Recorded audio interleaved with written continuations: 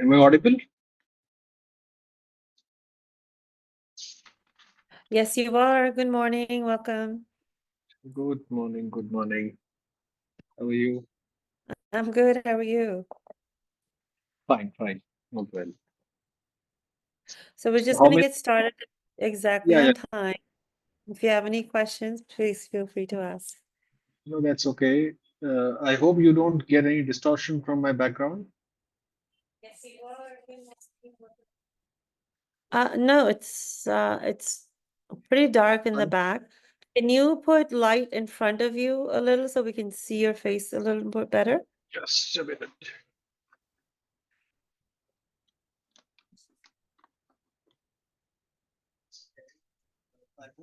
Is this better?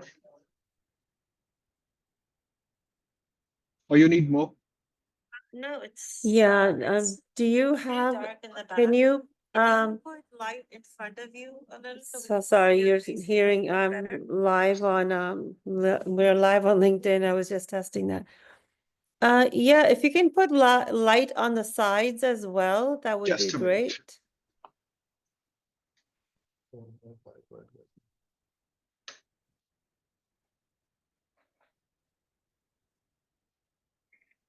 I think this is better, right?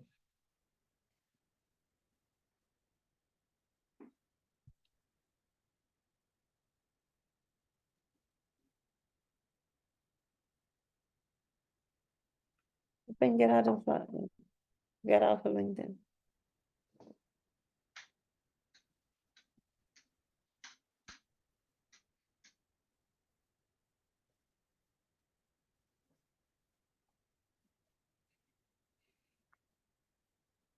Is this how you want it? Yeah, it's better than before. Okay. Yeah.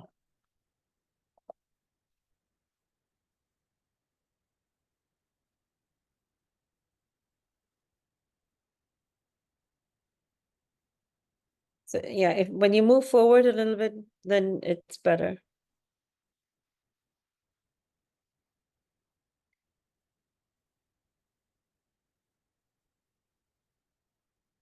Is it okay? I think if you use the white light, that we can see you better. This one? Yeah. Hmm. Is that better? Yeah. Yeah, this is better. This is okay? The other one was better. This one. Yeah. Perfect. Okay. Okay. The spotlight is on you. Ah, whatever.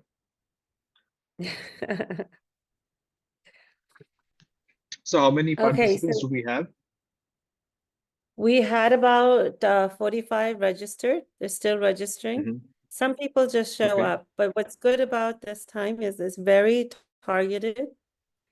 Mhm. So it's So, and then the most watch is always on the replay. So it's live on Okay. LinkedIn right now. They can hear our conversations, and then people will join, and then most people watch more on replays. and Replace. also the LinkedIn Turn audience off. is more Turn actually that off. because Turn that off. Mhm.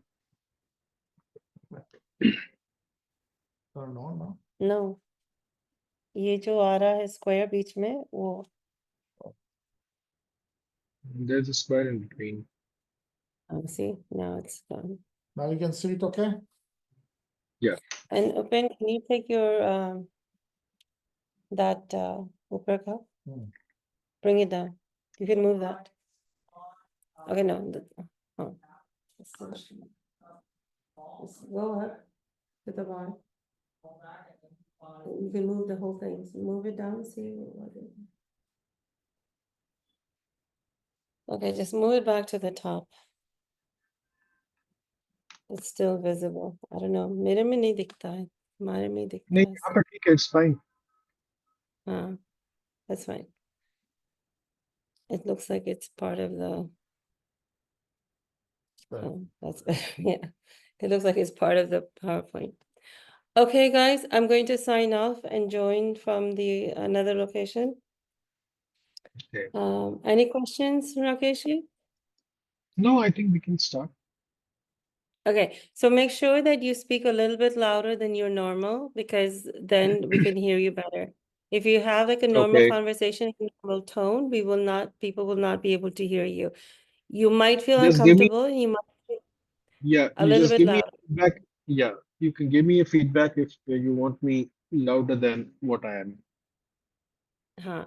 You might feel like you're shouting. That's the point we will hear you normal. So if you feel like you're shouting, you're doing good. Okay. But that comes across as normal sound to us through video. True. Okay. All right. We are 2 minutes away from starting time. Get your water, get anything you need, and we'll start in 2 Everything is there. minutes. We're all set. Okay.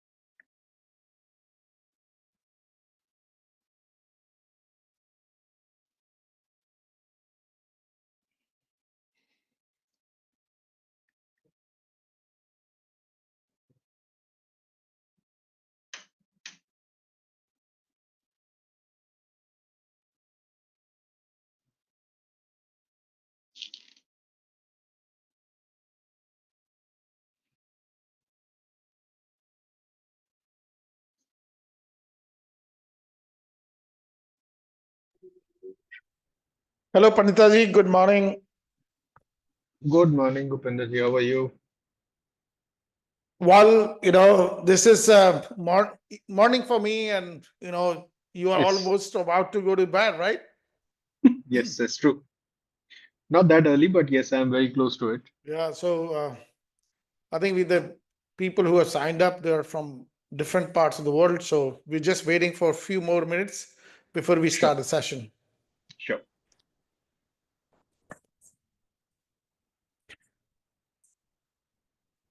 So how was your day? I know that the type of work you guys do, it's very complex. So how was your day today? You had a good day?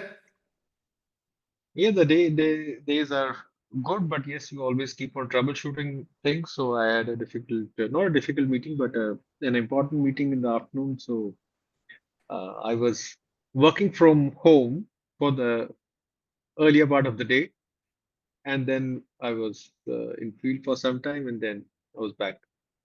Overall, it Okay. was fine. Yep. So work from home is or working remotely is becoming a part of business anyways. Right, right. It gives you some bit of convenience at times, and it also creates problems. So we'll discuss about it as we go. Oh, yeah, yeah. I was just trying to get a feeler.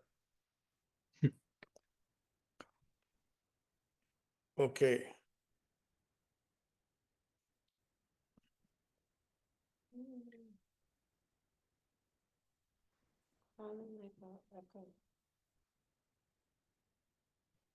You want to see him? You do alt tab.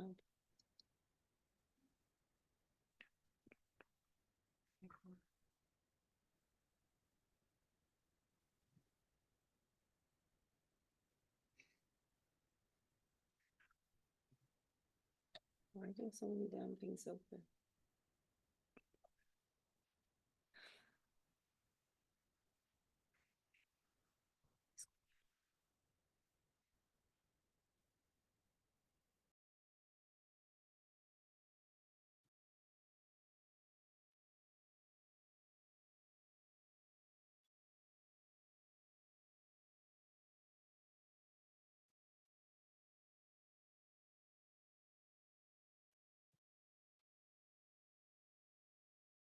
I can see one of my old colleagues, Ramesh Sharma, and I think one of my current colleagues, Nikhil.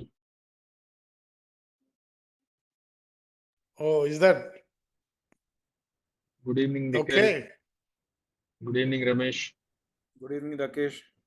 Good evening, Upinder.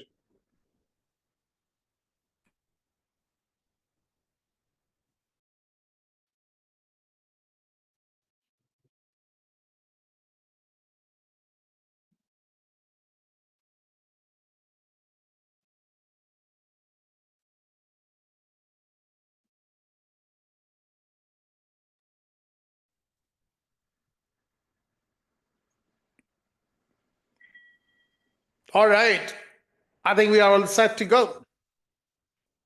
Sure. Well, welcome to this very special session, PM Insight Lecture Series. This is a monthly series which we do. This is something very special to us. We realize that on ongoing basis, let's create something where we all could come together. People who come from the trenches, from the field, they bring the experience and exposure of working in not only the offices but from the field also. So this is the intent of sharing the knowledge, the wisdom, the insights which the people get. So this particular initiative under Upbuild Global Inc., we thought of bringing folks which we have worked in past or people who have subject matter expertise, so that we can have a dialogue and bring the best to the audience across the globe. So right now, I'm sitting in Silicon Valley, California, and most people who have signed up for this session today, they are from different parts of the world, not just West Coast or East Coast, but all over the world. So welcome to this special series, a special session, Managing Remote and Hybrid Project Team Effectively, the practical strategies for leading remote and hybrid projects. Wonderful. Welcome again. As we move, I'm sure people will keep joining and from different part of the world. So before I get on to this thing, I would like to see, well, first of all, let me just introduce myself. My name is Upendra Giri. I'm a civil engineer, by the way. A lot of people don't probably know this. Did my master's in environmental engineering from US, and then it was actually environmental remediation program which I was leading, and that's when I stumbled upon this concept of program management.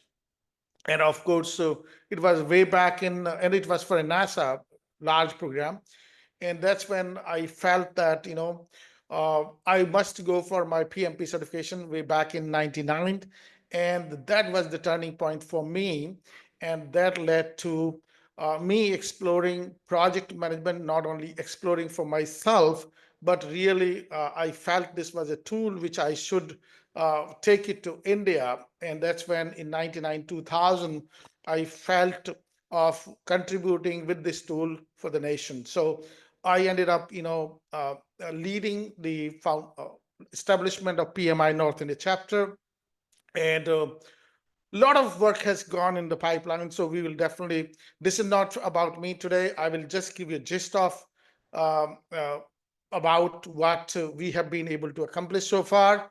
But let me just play this video, a small video, so it will give you some insight. Now, the PMI Are you able to hear it? Jeanette Project Management Yep. Excellence Award. Yes. This award is named after Eric Jeanette, one of the PMI founders who served as president, as chairman, and secretary of PMI in the 70s. He was instrumental to the creation of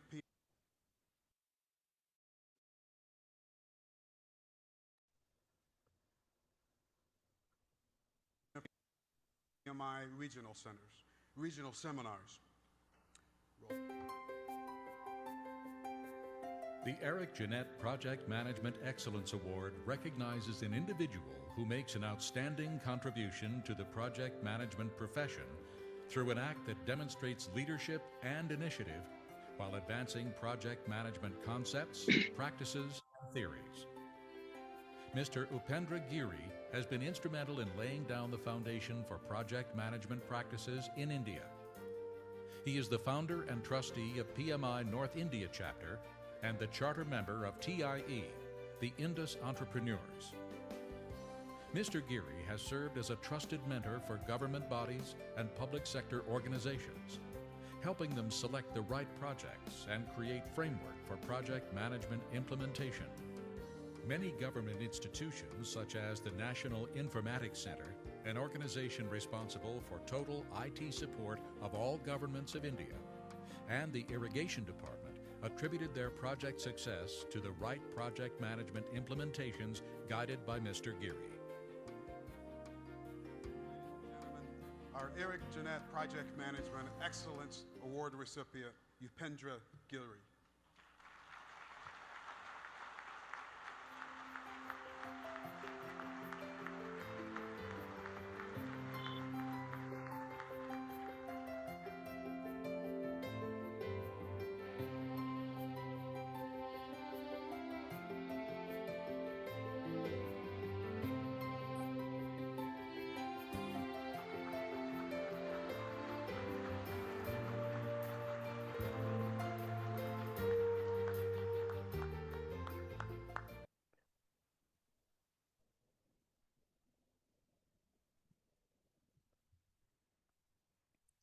Great, wonderful.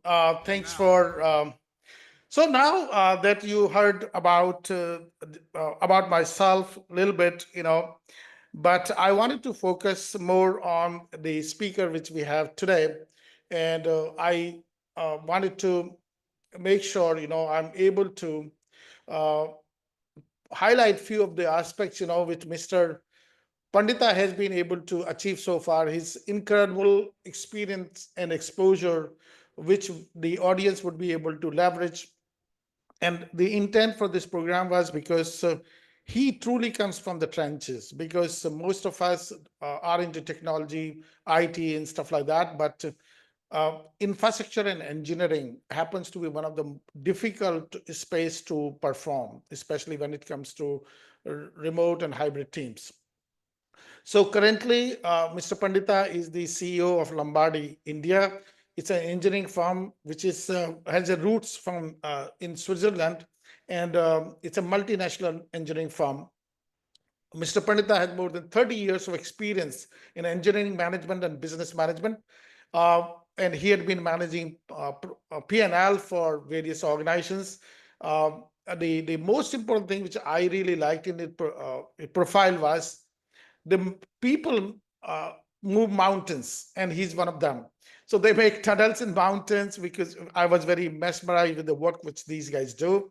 The tunneling infrastructure, hydropower, strong background in electromechanical systems and control automation. Of course, transportation, power, cement, and BFSI. So you name it. And I would love to get some perspective about how he really led the transformation for CARE to BIM, because BIM is the buzzword today, especially in digital twin and things like that. And very skilled in managing multi-national, multicultural teams, and that's what he brings to the table. So let's welcome Mr. Rakesh Pandita to the. I wanted to invite him, and Mr. Pandita, would you just elaborate further, which I'm not able to cover, and I would definitely like to know more about what the company does in the further more in detail. Thank you, Mr. Giri, for inviting me to this session. This topic seems to be quite interesting, particularly as we know the world changed in 2021. We were so used to working in offices, we were so used to thinking that it's not possible to perform or deliver things sitting remotely, but the world changed in a few months and it became a reality. So we will certainly go into those topics. There are pros and cons which we would touch as we go. About the company, like Lombardi is primarily a company which specializes into underground works. When we talk of underground, we talk of tunnels, we talk of caverns, we talk of underground hydropower plants, we talk of transportation infra for roads, railways. We also talk about uh, projects related to water supply. So these are all the kind of things that we are doing globally and also in India.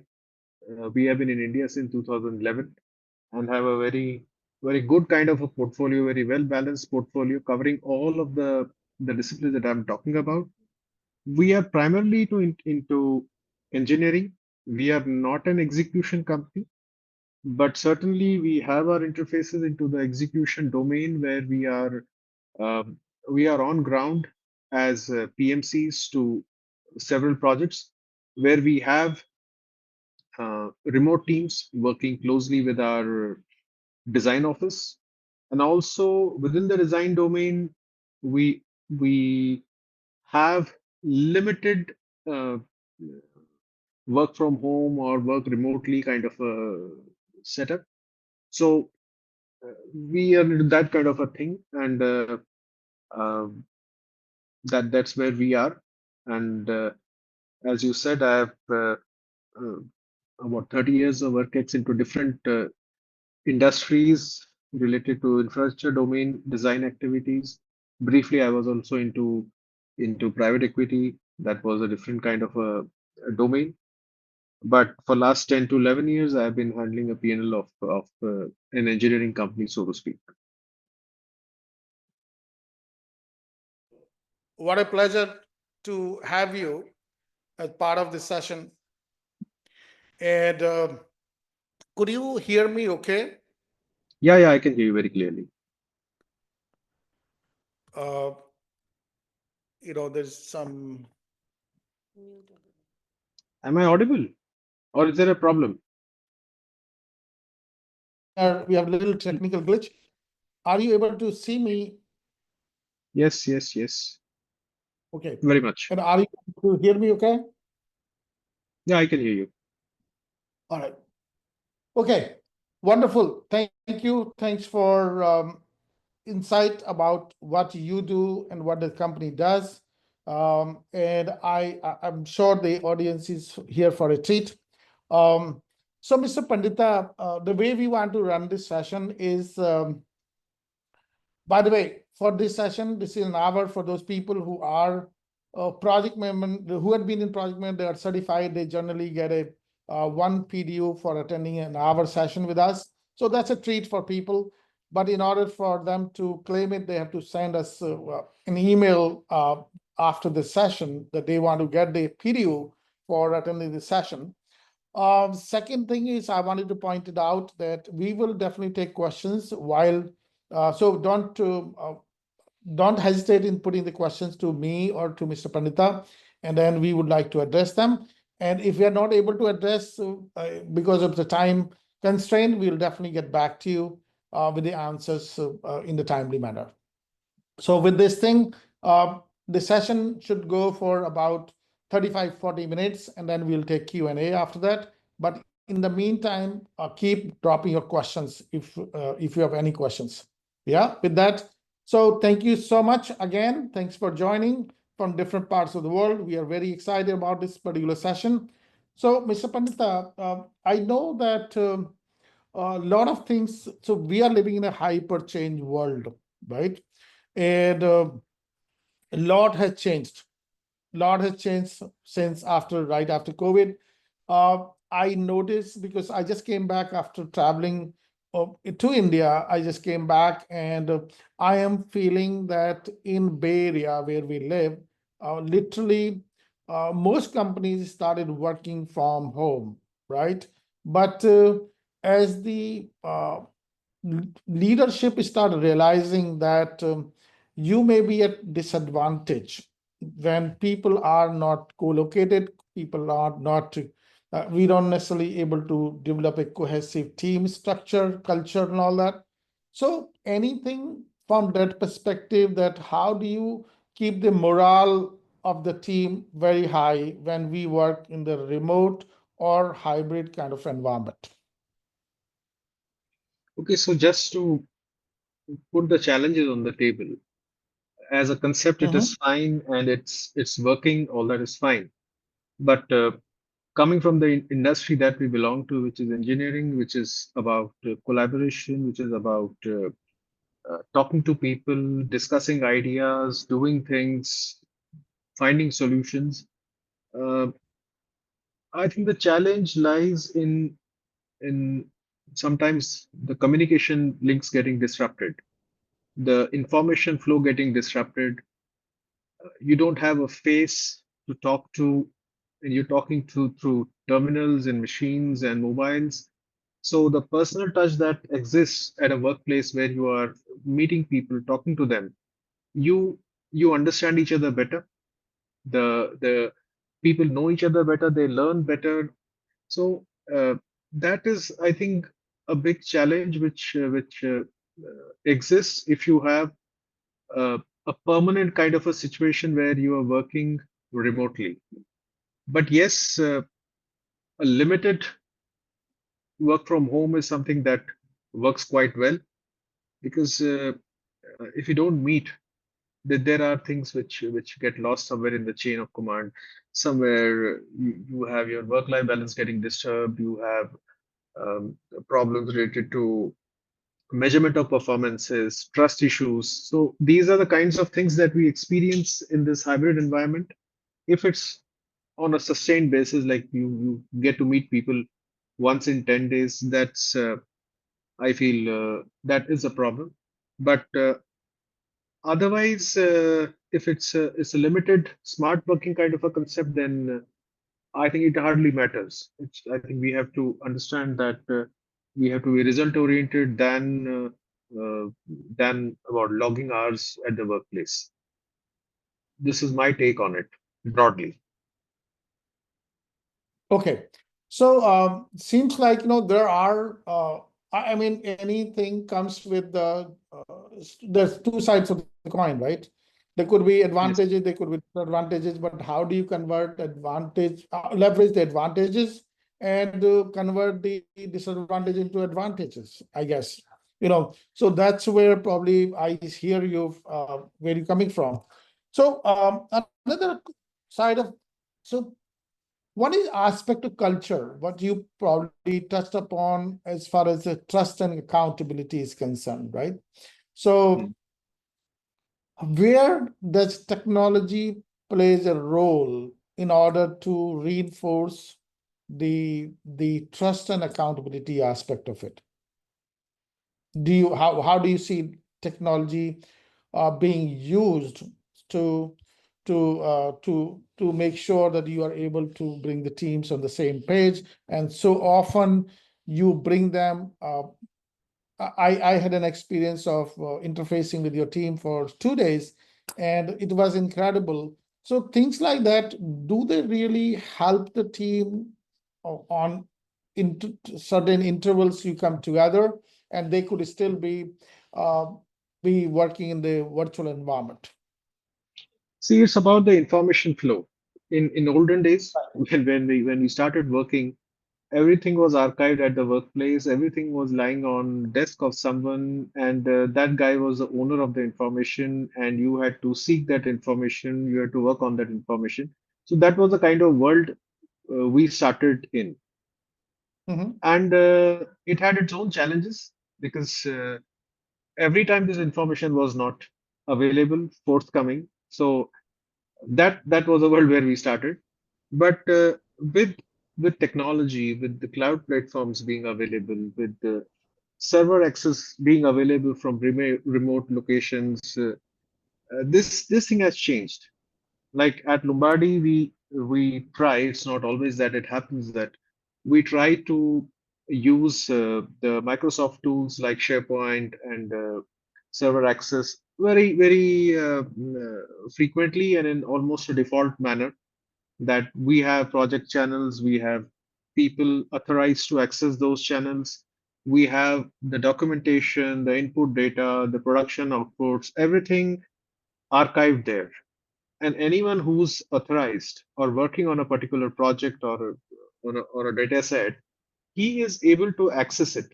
He doesn't have to reach out and seek this data, he is able to access. So that's a big change. Because of technology, there is transparency of data. It is available, it is archived, it is not lost. So these things have really brought transparency to what we are dealing with. So I think that certainly helps the cause, and it kind of democratize.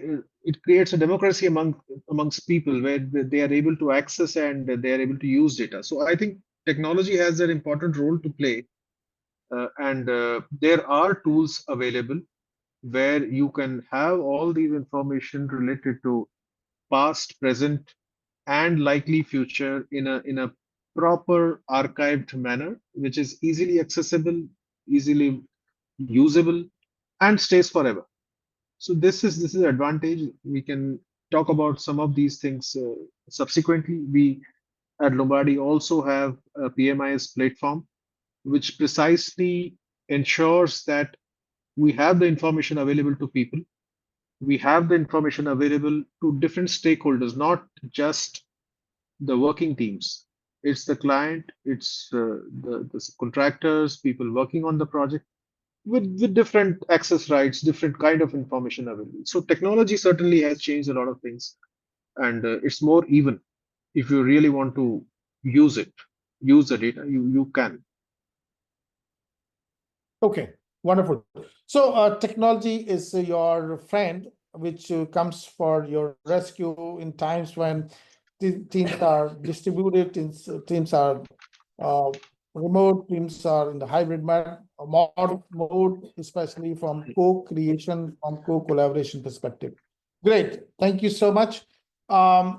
Another aspect which I wanted to understand, uh, do the metrics for measurement change, or there is some level of adjustment you see from an expectations perspective, that because when you work in a co-located kind of environment, the deliverables, there's a better synchronization of the team's effort, and output coming from a team goes input to the next team or individuals, right? So the flow is a little easier, but in the remote or hybrid, it becomes a little more difficult. So how do you encourage the what kind of things do you do in order to promote the workforce productivity?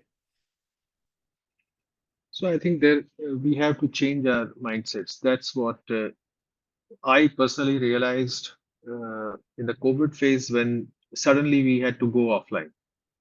And to begin with, it was difficult to digest the fact that we would be able to deliver things.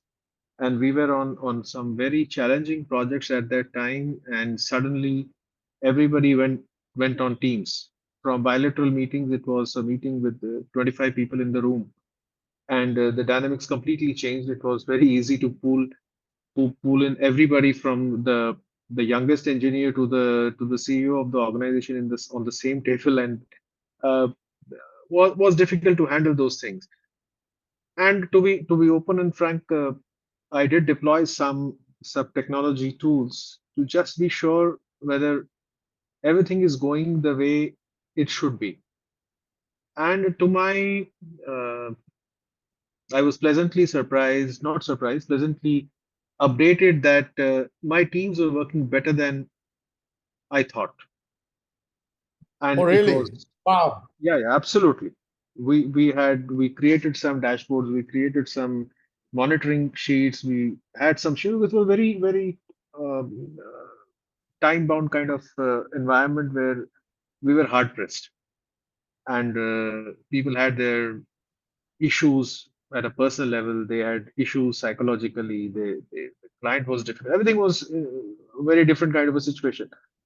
But 2 to 3 weeks down the line, I realized that people were performing as good as they were performing at their homes. Oh, And really? then I voluntarily decided to stop that monitoring cycle, and we changed our mindset from looking at who was doing what at what hour and purely focused on the outcomes. Are we meeting the deadlines? Are we meeting the quality standards? Are we delivering things that we have promised? And that was to the extent of 90%, it was all the same. And people really slogged well. And so why I'm tell this story is because we have to change our mindset. It cannot be when we are in a co-located space where you see everybody and you don't see a few people. The problem with humans is that we will get a proximity bias. A person who's next to us would always appear to be more authentic, more reliable than a person who's working elsewhere. But I think we have to change this orientation. We have to think more towards the outcomes. We have to understand that what is expected out of a person in terms of deliveries or quality or whatever you call it. If that is getting achieved, I think that should be the measurement parameter more than whether he's spending 8 hours at the workplace, coming at 10, leaving at 6. I mean, this has to change, and this has changed in many companies. So we have to deal with this change, and I think sooner we adapt to it, the better it is. So seems like what you are addressing is in what I've seen when the most efficient teams really make the flow work, right? So focus, flow, and feedback. You know, so if we look at focus, flow, feedback, and then either in person or remote and hybrid, there's a different dynamics to these three environments, right? Maintaining the flow and giving the people feedback in timely manner, and especially it becomes even more difficult when time zones are different. You know, so um, in today's context, a lot of people, a lot of leaders across the globe, they are feeling that tomorrow's CEOs, for example, because I see that most of the project managers get to from a classroom, from the campus, they come out to join a company, they spend few years in an environment, they end up managing teams. They are literally living the war room kind of situation. So war room to boardroom, the journey, do you think that if you stayed purely in the remote environment, what would be the chances the career path they could probably see what you have gone through? If you were born in a remote environment and you were performing remotely 100%, would you ever make it to where you are today as a CEO of a company? It's a personal question I'm asking, but Not at all. sorry, I thought. Not at all. I'm a bit old school in that. Because, see, moving from being a pure technical resource to a pure technical coordinator or a business person or whatever, what is most important when you cross 10 to 15 years of your work life is how well you deal with people. This is, I think, paramount. How well you are able to understand human psychology, how well you are able to read faces, how well you are able to understand body language, how well you are able to communicate or touch the lives of people. And this does not happen remotely. This cannot happen remotely. You have to go through the grind. You have to know people personally. You have to know what's going on in there. It's not possible to know everything, but at least if you want the trust of the people around you, which is the spine of a team, it only comes from how they perceive your actions while you are at your workplace, how you perceive their life, their challenges, their uh, actions, performance, behavior, everything. This is, you need to have this touch point, and this is the biggest challenge that I see for the younger generation, uh, pardon me for my provocative statements, this is a kind of many people assume that this should be the way forward. Why do we need to go to a workplace when we can perform or deliver things working remotely? Now, this is an expectation which is, I would say, a fair expectation, but then I think if this is how it is going to be, you would reach a certain point in your life and career. You may become a technical expert, but you would never become uh, a manager of sorts who can deal with situations, different situations, challenging situations, happy situations, unless you are standing there in the middle of people. And this is, in my opinion, this is very important for a professional development of any person beyond a certain uh, stage. This is essential. I think this is not something that can be replaced by any means. This is my purely my personal view.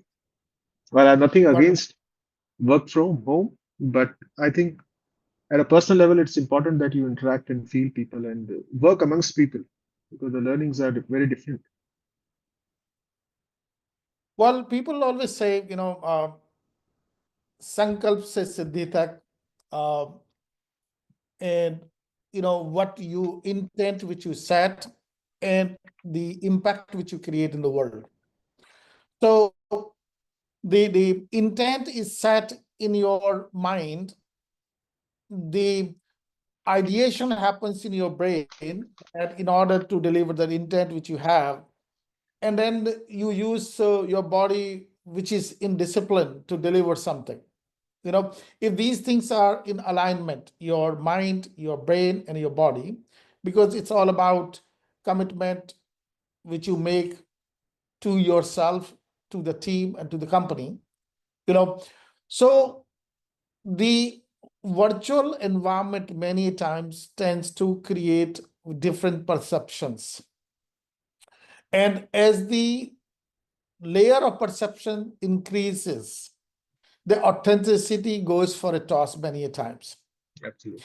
If authenticity goes for a toss, then many times what happens, the other people they're left for a lot of imagination.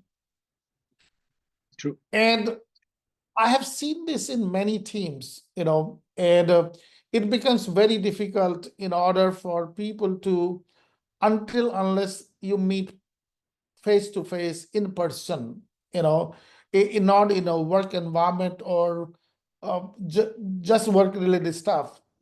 Suppose you are sitting having a cup of coffee with somebody, you can make out from the people's faces, that something's bothering somebody, which True. I could be on the screen, could be probably trying to fake it, or just to everything seems to be just perfectly fine, but there are certain issues which I'm trying to avoid. I'm trying not to get them come on the surface. So I'm just wondering, how do we deal with this situation? How do we get to, because sometimes, you talk to somebody and just the way somebody said something, you can make out that somebody's bothered about something bothering somebody, right? How do Yeah. we get to the truth? That becomes many times very difficult to know. This is a challenge. So I think what we have in our headquarters is that we don't provide a full remote working kind of a situation, but once a week. Now we are trying to emulate that into Indian systems in the Indian entity also. But we all know we're from India and we have uh, when it becomes a right, it somewhere we have difficulties dealing with situations. So we have customized it a bit like we go for rostering. Say if we have to give the flexibility, then we define, say for this month, we are planning on these lines that we would say that okay, these sets of people would go on a this kind of a schedule where it's a fixed day. But then essentially they do come to workplace. You do get to meet them, and that continuity of interactions has to be maintained. This is the only way to deal with this. We can't leave it completely remote forever. Now we now this has created another set of problem for us. Some of our companies around us have given 100% remote working option. Now, what this does to us is that we are unable to find some good people who are there, but they just don't want to leave these companies who are providing them remote working, and it's very difficult to get these people on board because the first question is, do you have work from home? Now, these are challenges that we deal on a daily basis. So we are adapting to it. But I think somewhere we draw the line that it doesn't work for us to have a complete offline situation. It doesn't work for us. It's not good for people. It's not good for the organization. We have to be flexible, but at the same time, in the engineering domain that we need interactions to deliver better, to learn better, to know what's the pulse on the workforce on the working area. It's very important to meet people. So I think this is the time when we start looking some of the questions. By the way, I have this, my WhatsApp is shared. A lot of friends of mine, they're trying to reach me from different part of the world. I have this gentleman, Samir, just sent me a question on the WhatsApp. And the question is, because I said, you move mountains, you guys make tunnels in the mountains, right? From an engineering environmental health and safety perspective, how do you see the synchronized effort from your back office to when the crew is in the tunnel, whether your own people from a designer's perspective or the contractor's perspective, any specific precaution you take so that because they work in very complex environment? Well, we are directly not into supervision activities, so as such, we don't monitor our sites from remote locations. There is a project organization which exists, and this project setup is mostly local to the and closer to the site. So whatever we do in this context is very local, and this information it's not a live kind of a situation that we monitor our sites remotely. We monitor the activities remotely, but yes, we don't monitor it on a live basis. But yes, there are other tools that we deploy, which is more for site-based reporting of for what we observe, what kind of workflow exists, daily reports, these kinds of things. But they are more operational in nature. They are not from the EHS point of view. The quality system certifications that we have, they have certain protocols to be followed, which are followed at the site level. We are not directly interjecting remotely into these operations. That's the reality of things as they stand. So, frankly, this is not something that we are managing remotely. Got it. I'm just curious, highway projects, which you guys do, right? What will the difference between highway projects and tunneling? Because many times when you are doing upgrades to existing highway, this would be probably in use. So you tend to work on off-peak hours, but is it, I mean, not from your own experience, which you probably hear if you know about it, what could be the timings for, do they work 24/7 or they just work during daylight hours as far tunneling efforts are concerned? I mean, I just want to know that because you are in that same domain. I'll give you a similar example. It's not we're working on a project in Mumbai, and this tunnel is already open for public for political reasons. There were things yet to be completed, and it was opened about 6 7 months back, and there are still things which get done, and these happen in the night. This tunnel is shut at around midnight, and it's shut till early morning. So this is a window of operations where people can, when the traffic diversion happens, and they work. So it's not that we work concurrently on these infras. So it's kind of a, you get a block out. There are also Hmm. projects currently in the railway section for the Srinagar line. There also they are doing some things, remedial actions, but they are doing it in the night time when there is no traffic. So that ways, any major activity has to be carried out through a closure. It's not concurrent, and but again, we are not too much into it. This is again more of operations and execution kind of not even execution. It's more of operations and maintenance activities which are carried out at odd hours with the proper closures. Right. Coming to the cultural aspect of an organization, a CEO, the person who is the leader, the championing the cause for making things happen for various stakeholders, especially your customer base. You happen to have the utmost responsibility to be championing and moving this organization to the next level, right? So if the ship has to go in a certain direction and you are the captain of the ship, right? What are the couple of things which you would like to share with the audience from a creating a very cohesive, coherent team, which makes things not offline effective, but online also. So on and offline, how do you go about creating that culture? So the primary thing is that the management has to live the values of the company.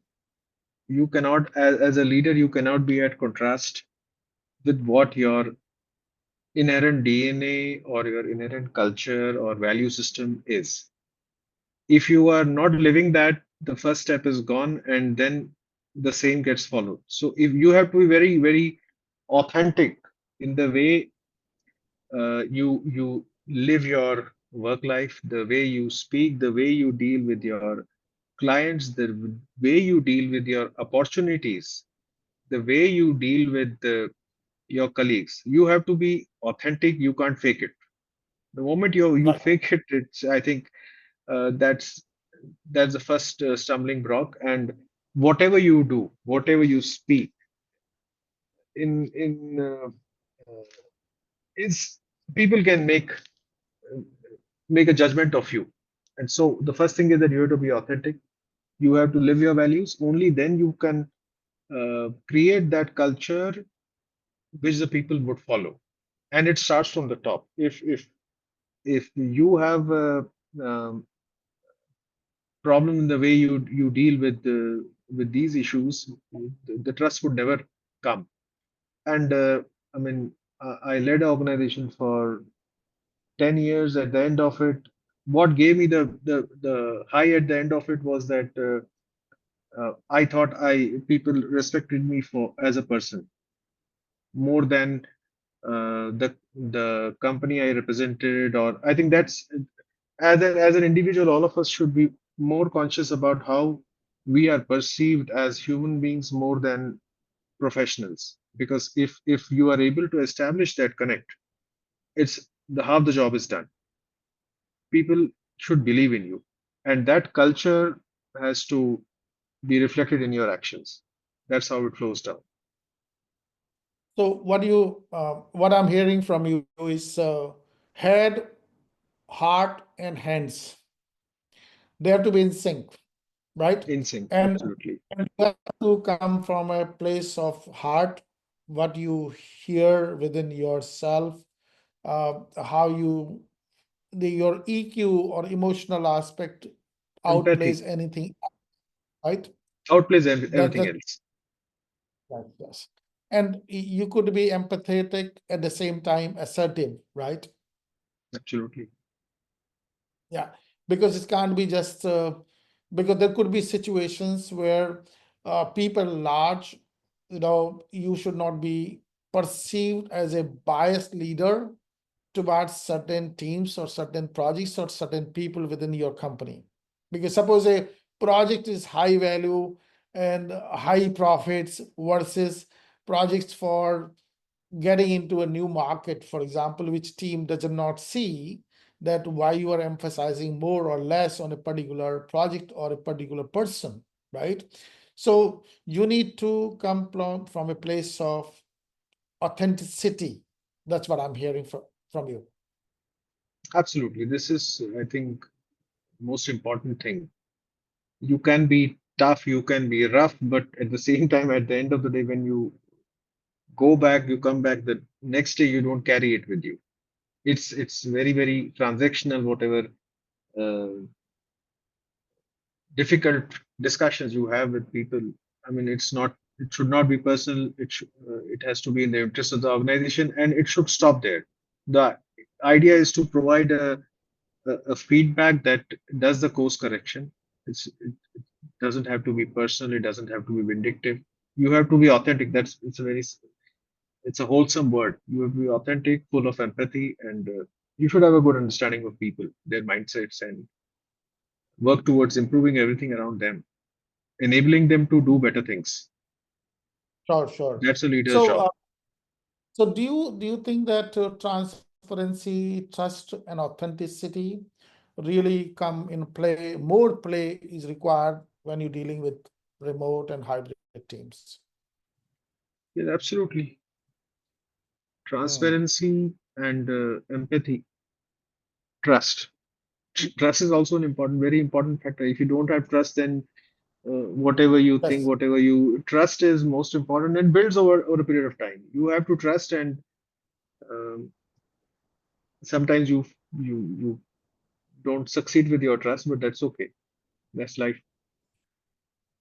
So there's a question just came up, on so the question is because we are on live on LinkedIn also. Question is remote work, hybrid work, when people know each other, we work in an environment together. But how does it play for newcomers who are new joining in the company? That's a bit of a problem. Onboarding Hmm. becomes all the more difficult. Okay, It's actually a big problem. It's a problem for onboarding new resources into the team because for them to feel, meet people is very important. To get right, comfortable with the environment, they have to be on the floor. This is a challenge.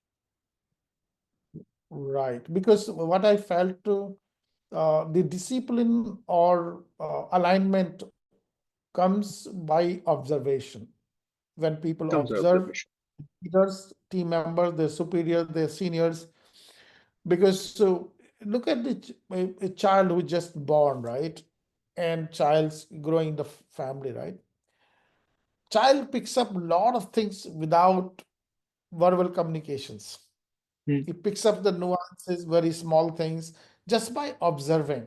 Observation. And I see a newcomer coming from in a team just from that standpoint, right? So you are saying that it is a difficult situation to groom newcomers or fresh out of the college and inducting them into new team. So do you couple them with certain people that they could be probably their mentor, their guide, their coach, or there could be showing them the path? Because there are a lot of things you pick up just how the entire organization work without even going through the manual on processes, which are written processes, but people just observe and they start doing and they start feeling part of the team and they give the best of the team while they observe how everybody's putting their sincere effort, because observations tend to create a different impact in the teams.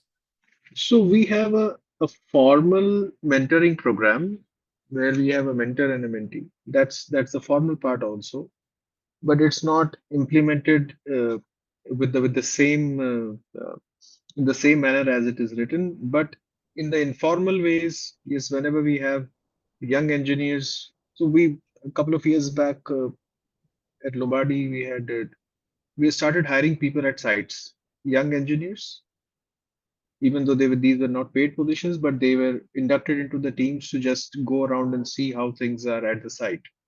And many of them were brought to the design office subsequently after their initial phase of 1.5 years at site.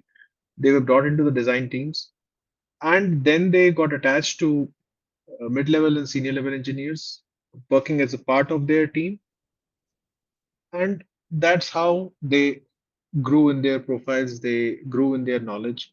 So it's that is the way it goes for the young engineers. They're attached to one team lead or a head of division so that they get some tasks, they get some guidance, and this kind of a buddy to them in some ways. So that's for the freshers. This is the way, and in the remote working environment, this becomes a problem. Howsoever you try through these means, it's not the same as being together, having a cup of coffee, talking over things, asking small doubts, asking some life lessons or whatever. Well, at my age, if my daughter tells me that please stop, you don't have to give me solutions every time I ask you something. So sometimes you have to just listen to me. That's how it is.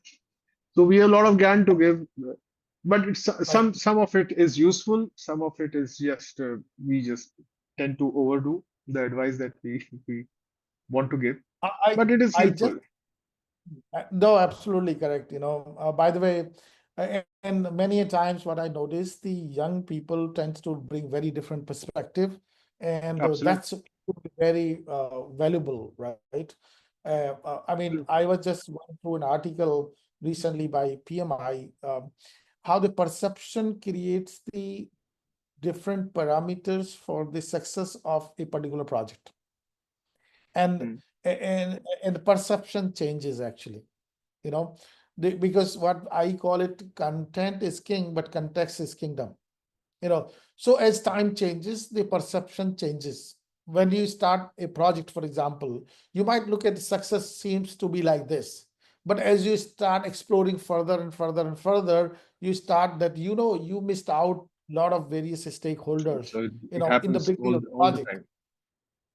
It happens all right? the time. So I've absolutely, absolutely. never seen a project where I didn't learn something new. I didn't realize that something went wrong, which could have been done better. Absolutely.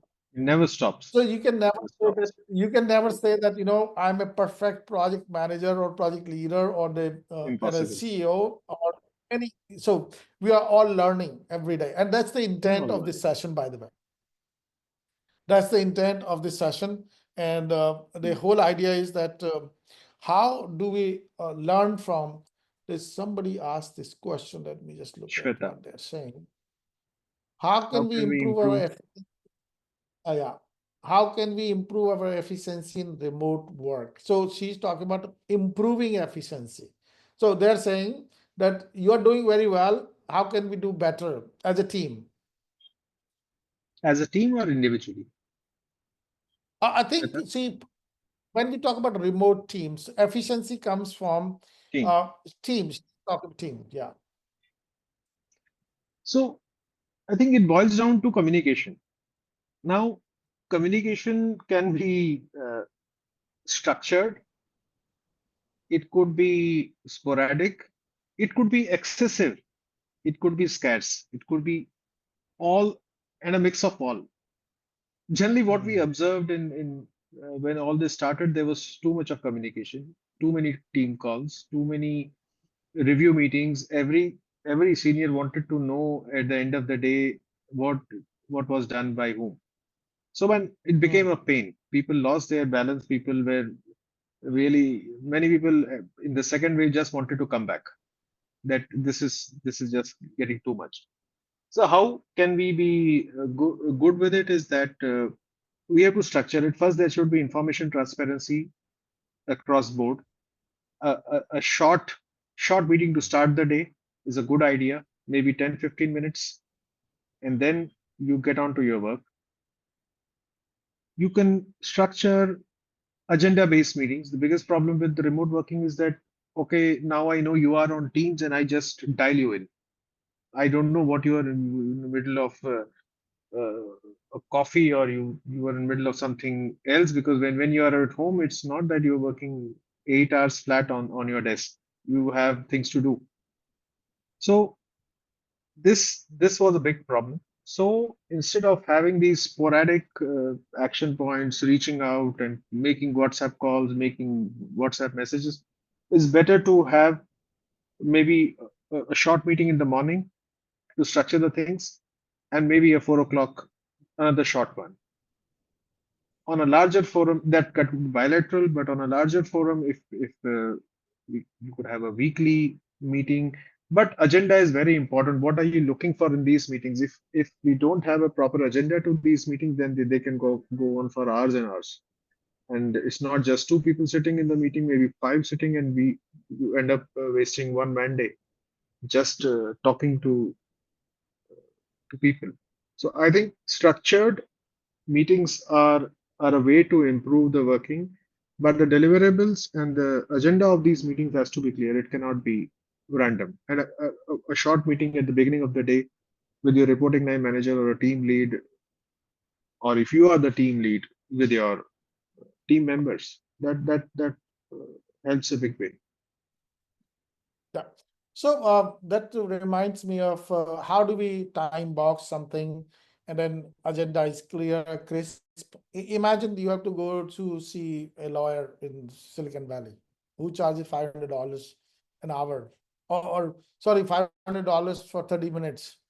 So how prepared do you go to that meeting with the lawyer, right?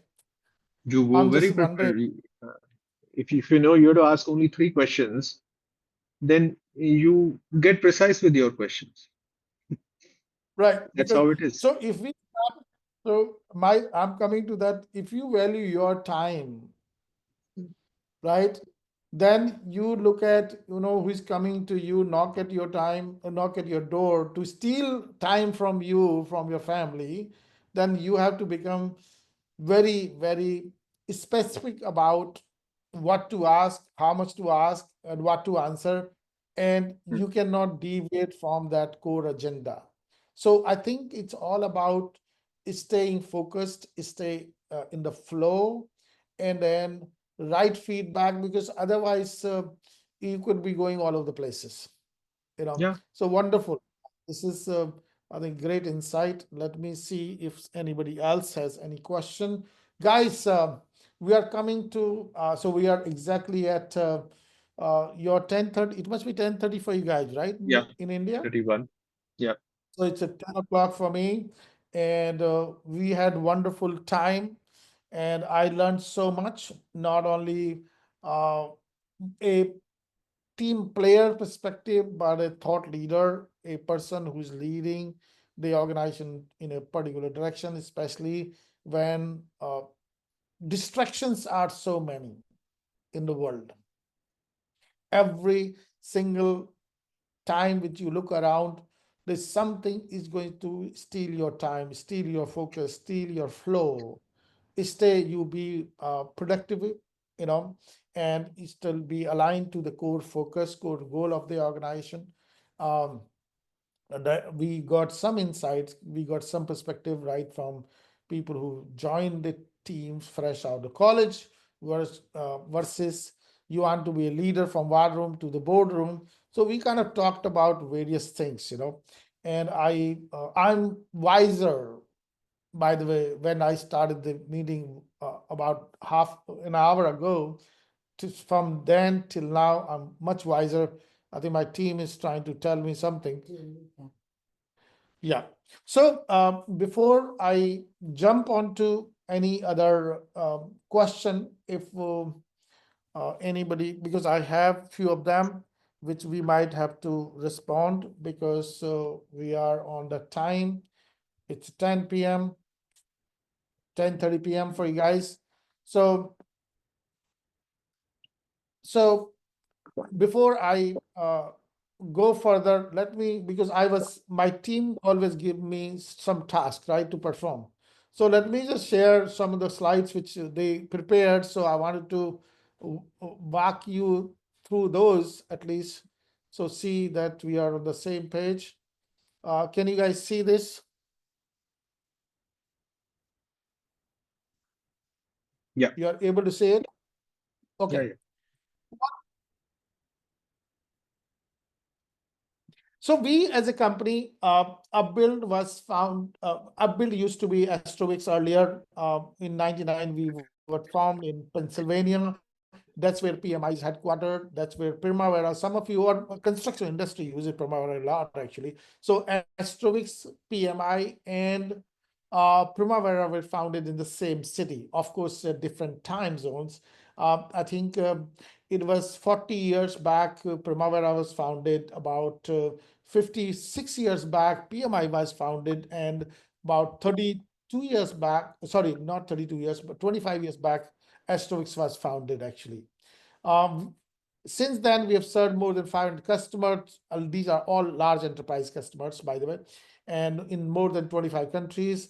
More than 100,000 people underwent through our programs in past. Some of the things which we are proud of, actually, we have set up more than 100 PMOs for various companies, from high technology and insurance sector to healthcare to, we did a lot of work in telecom when telecom revolution happened. Airtel, Aircel, MTS, and Uninor, Alcatel, Lucent, you name it. So we went through transforming all these organizations. And in the year 2002, 2003, 2008, I was leading PMI North India initiative as a trustee, founder, and the president of PMI North India chapter.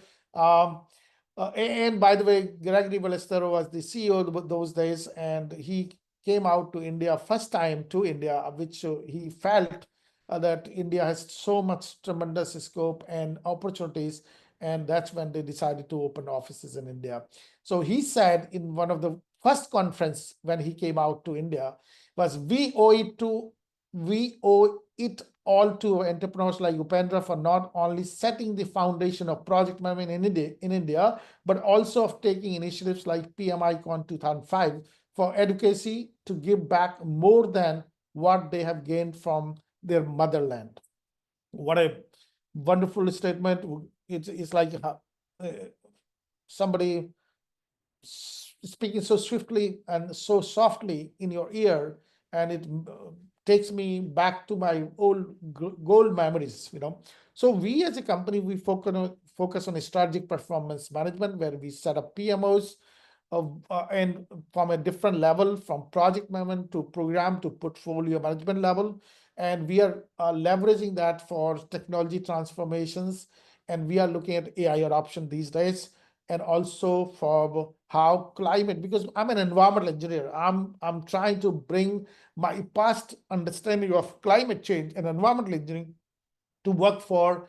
And because today we have AI as a very powerful technology, and how AI could really be leveraged by using project and program and portfolio management, so that we can focus on solving some of the biggest problems of the planet. I see supply chain busted today. And what tariff situation going in the world, you see the chaos right now. So supply chain, food supply chain, these various chains are struggling right now to deliver the value to the end users, right?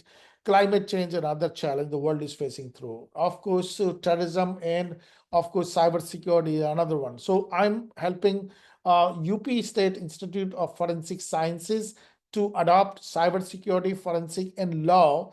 And that's happening in Uttar Pradesh. I keep coming to India. I spend a lot of time in Lucknow these days. So it's my privilege to come back to the country and keep bringing value to the nation. So training and certifications, of course, we had been doing it for last 25 years. Some of the stuff which we had been proud of, Kashi transformation, Badalta Banaras. By the way, these are real pictures, where Mr. Prime Minister Modi and Mr. Yogi had this dream to transform Varanasi, which happened. I helped set up the PMO for that particular city. just in time for Indian company. This was the cutting from the newspaper when I just entered India in 2002, actually. And police reform right after Bombay blast. We are working with the defense army in India, army in US also. We are proud of some of the initiatives which we have taken in past. Well, I cannot forget to mention upcoming events. So Project PMP is where we do master the PMP exam with ease. It's a event on Friday, 25th, April, of course, April 25th. It's at 10 a.m. PST and 9:30 p.m. IST. We cannot be away from climate change. Of course, we are at a, I can tell you one thing, the world has the best opportunity ever to deal with the gigantic mammoth task, which is dealing with the climate change. With AI around the corner, AI will unfold, and the unfolding of AI would be contributing tremendously for this mammoth task of climate change. So we are going to introduce sustainable project management, going green with your projects. That would be the session on Friday 2nd. If you know somebody who could contribute to these sessions, please feel free to reach out to us. And if you know somebody, if you are interested to participate, just like this session, please feel free to reach out. The PMP Edge Get Insider Insights for PMP exam, Friday 31st in May. Again, the timings are same, but then the most important is PMP exam prep boot camp. And I would like to come back to Mr. Pandita. Weekdays are, by the way, the session is starting very soon, April 21st to 24th, 7 a.m. PST and 3 p.m. 3 p.m. This would be PST. It can't be PST. It could be IST, I would say. So just check it out. You know, they'll just go with the PST for now. I think there's a typo here, but we can move on with this thing. So I think this number, so info@upbuildacademy.com.